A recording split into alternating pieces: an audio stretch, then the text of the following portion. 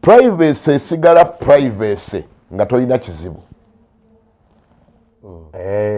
Kyebayita privacy esigala privacy nga tonnafuna kizibu. Once there is a problem, the law of privacy stops. Kasooba ng'olina ekizibu. Ennyumba yo weekwata omuliro, ab'okukyala batagiyingira nga mubajja giyingira okuyambako okufulumya ebintu. Ebikomera by'abagagga obiraba okuba umba kwali masannyalaze ki gete ebeera nzigule babiggula bwe bakadde okuyingira bwe bafiirwa nga mu ddiro omulimu omulala geeti eggulwa osanga kigeeti kyonna kiri bwe kiti ng'abwana b'okukyalo obwalugabire muyingira ne mu ddiro ne bugenda kubanga waafuddewo ki omuntu etteeka lya privacy lifuga nga tewannafunikawo kizibu.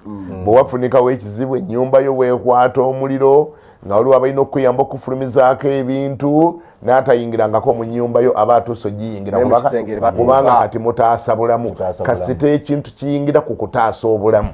The law of privacy eba tekyafuga. N'omulwadde lindako kankumalireyo ffenna Katonda yatutonda nga tulina private parts. Naye okimanyi nti private part y'omuntu esigala private nga tannafuna kizibu. Genda obuuze abakazi abazaala buli lwofuna olubuto bekapa n'olufuna maama nnyabo omukazi ayafunye olubuto aba takyalina private part. Talina bwaga nti nze njimanyi nzekka ne bbaawa gynecologist omutuukako bw'ati n'omugamba wano wannuma wano wannyola n'aga nti kati jjamu zonna tandikira ku blouse ne sikaati ate nga musajja gayino nga musajja n'akanuma bw'ati amaaso n'atereeza obugalubindi toyinaamu nansonyi taata okundaba nti ŋambye yangu oziggyeko zonna ayambala bw'ati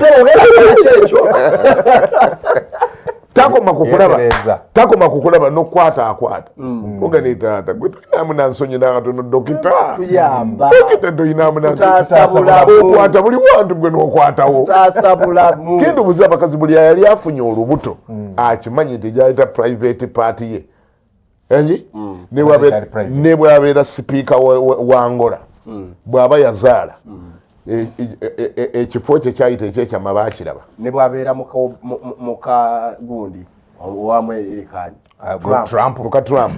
ne bw'abeera muka Trump mbuzi nga tazaalangako bw'aba yazaala gayino yalabawo ne buno obwana obukola mu sikaani obwo bwana obwo bwa sikaani obwo bwe bateekayo mbwe kali ku sikaani machine maama nnyabo kagira nti ne kanyinya sikaani neoganikana gwe oli mukaani gwolaba booti tebumanyi bakaabakulu lyetteeka lya privacy wangi bw'oba obadde otudde ku booda neekukuba ewabi wangi ng'ekkubi ewabi segawa twogerere wano God forbid obadde otudde ku booda n'ekkuba ewabi nga weetaaga kuddusa mu ddwaliro olwawali ewabi weekubye ekubye gwe bulijjo wayita wali private n'otuuka ku duty ng'ali ku duty omusawo ye nazaalawo yaliyo nazaala nga yaliyo olina okulondawo kyoyagala anti bakutuusa era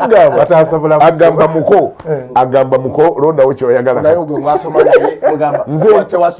agamba essaawa ziri mukagga gwa kiro nze ndi ku duty webukerera ku makya ojja kuba ofudde kati mutabani taata ebyobwannazaala n'obuko ne privacy taata biwanika wali kasumaali kati tutaasa bulamu jjamu empale n'omugana nazaala osaliddewo dda nazaala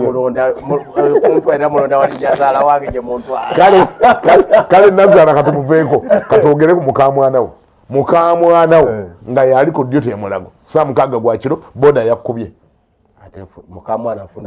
mukamwana ndi kati agamba mukamwana nga yakugamba nti sezaala jjamu empale tukukoleko kutaasa obulamu tugende wanyazaala dokita